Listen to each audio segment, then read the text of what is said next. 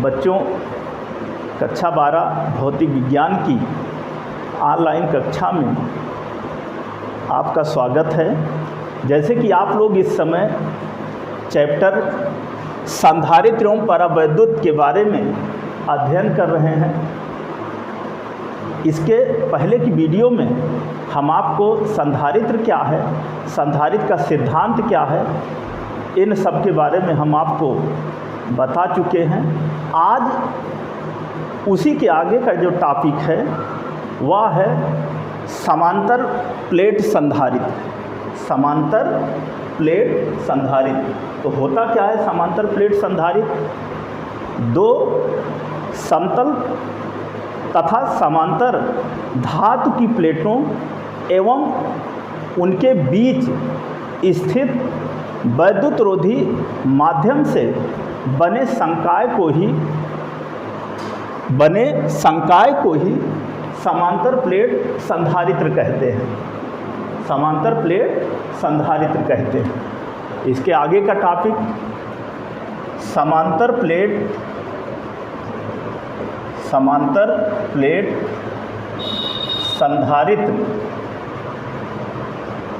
संधारित्र की धारिता का व्यंजक। समांतर प्लेट संधारित्र की धारिता का व्यंजक। सबसे पहले आप चित्र देखिए। इसमें एक धातु की प्लेट P1 होती है और P1 होती है और इसी के समीप एक दूसरी धातु की प्लेट P2 होती है।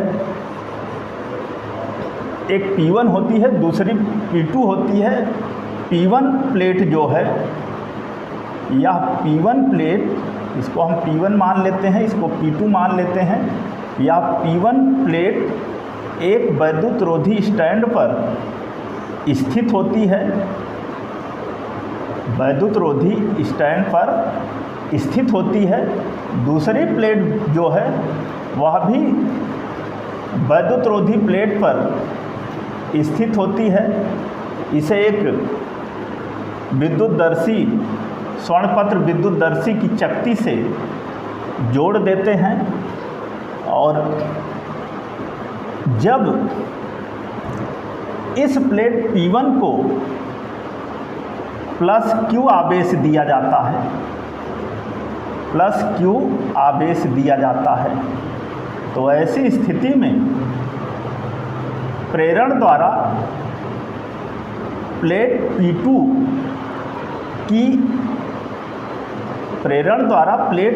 की भीतरी सतह पर या भीतरी तल पर ऋण आवेश और बाह्य तल पर धन आवेश उत्पन्न हो जाता है। परंतु प्लेट P2 पृथ्वी से जुड़ी होने के कारण पृथ्वी से आने वाले इलेक्ट्रॉनों द्वारा प्लेट P2 के बाह्य सतह पर जो धनावेश है वह आने वाले इलेक्ट्रॉनों द्वारा उदासीन हो जाता है। इन दोनों प्लेटों के बीच की जो दूरी है वह स्मॉल d है। हमने आपको चित्र में दिखाया कि इसमें एक धातु की प्लेट P1 होती है जो वैद्युतरोधी स्टैंड पर स्थित होती है। वैद्युतरोधी स्टैंड जो है वह स्वर्णपत्र विद्युतदर्शी की चकती से जुड़ा होता है और प्लेट P2 जो है वह भी स्वर्णपत्र विद्युतदर्शी द्वारा पृथ्वी से जुड़ा होता है। जब इन दोनों प्लेटों के बीच की जो दूरी है वह स्मॉल d होती है। जब प्लेट P1 को धन आवेश दिया जाता है तब प्रेरण द्वारा, जैसे कि हम आपको इसके पहले की वीडियो में संधारित्र का सिद्धांत बताए हैं, ठीक वही बात यहाँ पर भी है। जब इस प्लेट P1 को धन आवेश दिया जाता है तब प्रेरण द्वारा समीप स्थित प्लेट P2 के भीतरी तल पर ऋण आवेश और जबकि बाह्य तल पर धन आवेश उत्पन्न हो जाता है। परंतु प्लेट P2 पृथ्वी से जुड़ी होने के कारण पृथ्वी से आने वाले इलेक्ट्रॉनों द्वारा इसकी बाह्य तल पर उपस्थित धन आवेश निरावेशित हो जाता है, जिस कारण प्लेट P1 पर धन आवेश और प्लेट P2 पर ऋण आवेश ही रह जाता है। ये दोनों आवेश परस्पर बराबर व विपरीत होते हैं, परस्पर बराबर व विपरीत होते हैं। प्रत्येक प्लेट पर ऐसी स्थिति में प्रत्येक प्लेट पर आवेश का पृष्ठ घनत्व सिग्मा बराबर Q अपान A, सिग्मा बराबर Q अपान A। आगे प्लेटों के बीच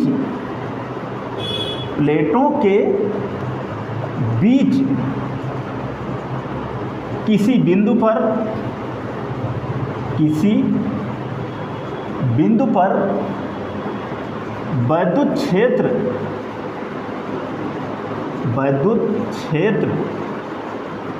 की तीव्रता कैपिटल E बराबर सिग्मा बटे के एप्सिलॉन 0, सिग्मा बटे के एप्सिलॉन 0। के क्या है? दोनों प्लेटों के बीच का माध्यम, दोनों प्लेटों के संधारित्र के दोनों प्लेटों के बीच का माध्यम। फिर यदि इन दोनों प्लेटों के बीच विभवांतर, यदि इन दोनों प्लेटों के बीच विभवांतर, यदि इन दोनों प्लेटों के बीच विभवांतर V हो, तब क्या हो जाएगा? हो जाएगा वैद्युत क्षेत्र की तीव्रता कैपिटल E बराबर V अपान D, अथवा V equal to E into D, B बराबर E इंटू D। समीकरण इसके पहले का ये सिग्मा बराबर Q अपान A जो है, इसको हम समीकरण 1 मान लेते हैं, और कैपिटल E बराबर सिग्मा अपान के एप्सिलॉन 0 इसको समीकरण 2 मान लेते हैं। और ऐसी स्थिति में जब B बराबर कैपिटल E इंटू D प्राप्त हुआ तो कैपिटल E की जगह पर समीकरण 2 से मान रखने पर, समीकरण 2 से कैपिटल E का मान रखने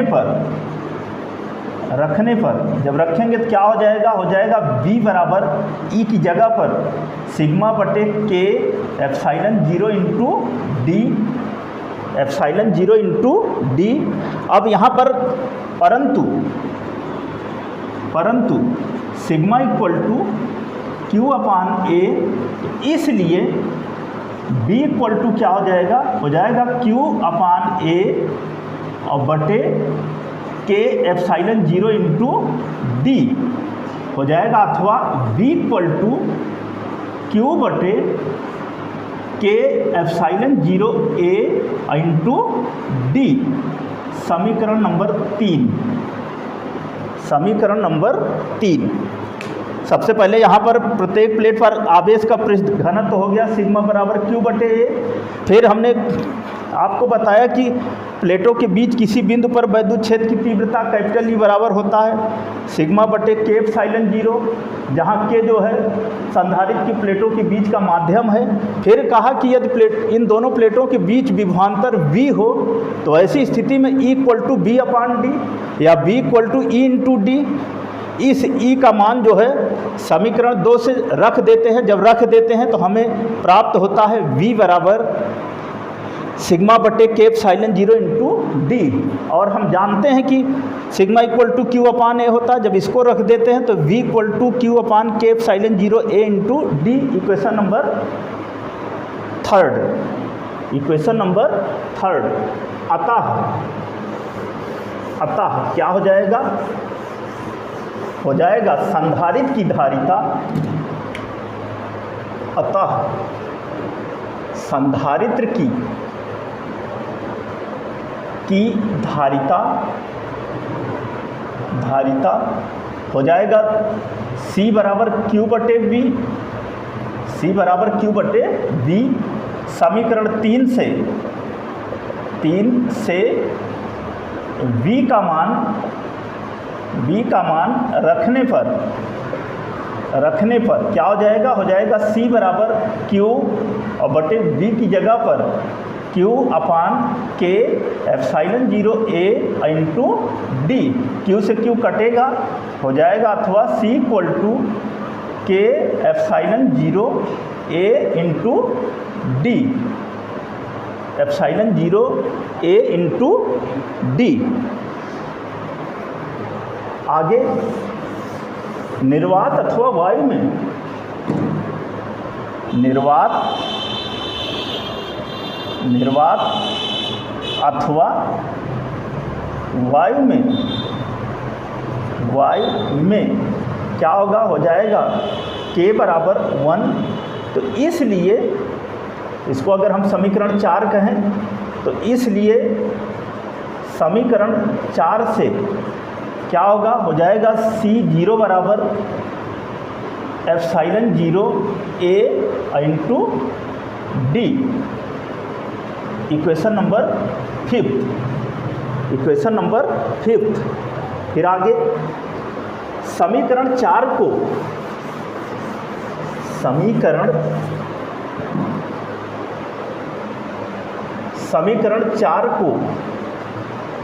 5 से भाग करने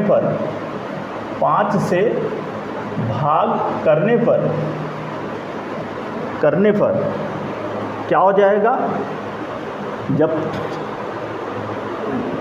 यहाँ पर फिर से आप देख लीजिए C बराबर Q बटे Q के epsilon zero A into D.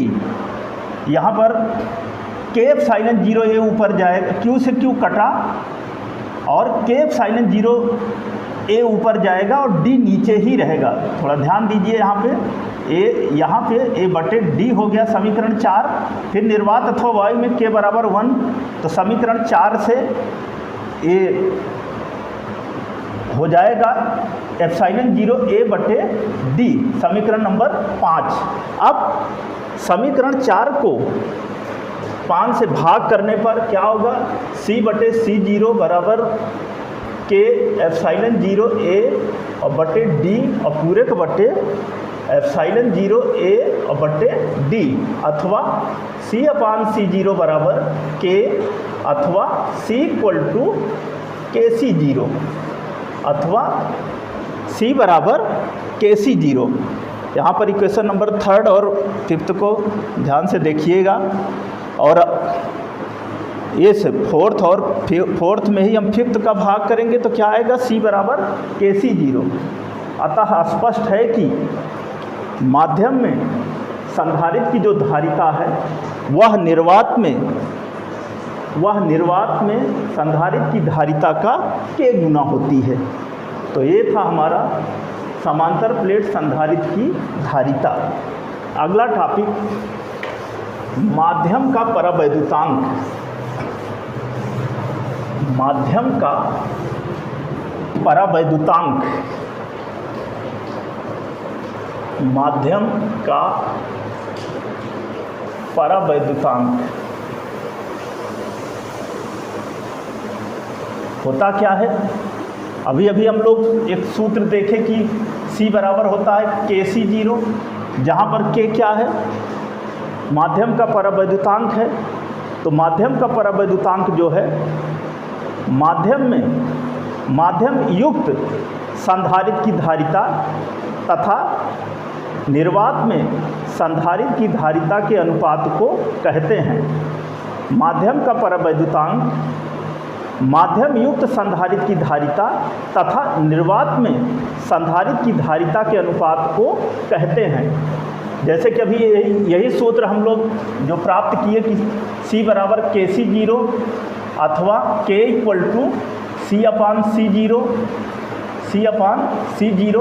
K जो है वह माध्यम का परावैद्युतांक है, C जो है वह माध्यम युक्त संधारित्र की धारिता है और C0 जो है वह निर्वात में संधारित्र की धारिता है। अगला टॉपिक, चालक की धारिता को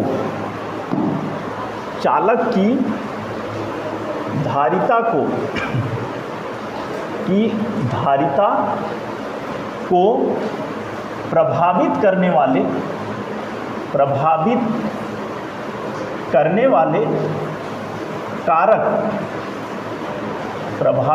वाले कारक। तो चालक की धारिता को प्रभावित करने वाले कुछ प्रमुख कारक हैं, जिनमें है नंबर 1 चालक का आकार।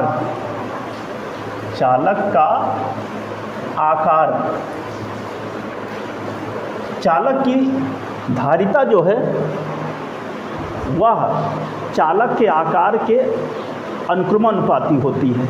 आकार का मतलब चालक की त्रिज्या के अनुक्रमानुपाती होती है, अर्थात C/A। क्यों? क्योंकि एक सूत्र होता है C बराबर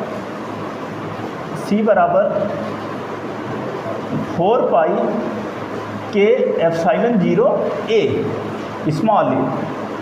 4π K/0 स्मॉल a। तो यहाँ पर देख रहे हैं कि C जो है वह डायरेक्टली प्रोपोर्शनल है किसके? A के। अगर A बढ़ेगा तो C बढ़ेगा और A घटेगा तो C घटेगा। और A है क्या? चालक की त्रिज्या का मतलब चालक का आकार। तो हमने कहा कि चालक के आकार पर निर्भर करती है। अगर चालक का आकार बढ़ेगा तो धारिता बढ़ेगी, आकार घटेगा तो धारिता घटेगी। ये है, इसी सूत्र को ध्यान रखिएगा। ये इसके जो प्रभावित कारक हैं वो सब स्पष्ट हो जाएगा। दूसरा है माध्यम के परावैद्युतांक पर। तो इसी सूत्र से देखें, कह सकते हैं कि चालक की धारिता C जो है वह माध्यम के परावैद्युतांक के अनुक्रमानुपाती होती है। अर्थात संधारित्र की प्लेटों के बीच परावैद्युतांक का मान अगर बढ़ाया जाता है तो ऐसी स्थिति में जो धारिता है वो बढ़ जाती है। क्यों? क्योंकि डायरेक्टली प्रोपोर्शनल है, और जब डायरेक्टली प्रोपोर्शनल है तो ऐसी स्थिति में K बढ़ेगा तो C बढ़ेगा, K घटेगा तो C घटेगा।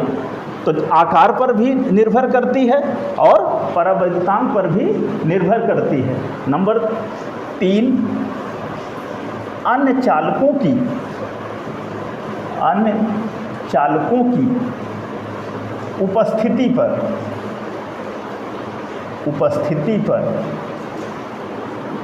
उपस्थिति पर यदि चालक जो है वह विलगित नहीं है तो ऐसी स्थिति में जब उस चालक के समीप किसी दूसरे चालक को लाते हैं तब विलगित की अवस्था की अपेक्षा चालक की जो धारिता है वो बढ़ जाती है।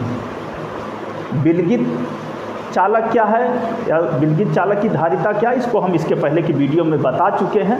आप वहाँ से उसको देखिएगा, पढ़िएगा।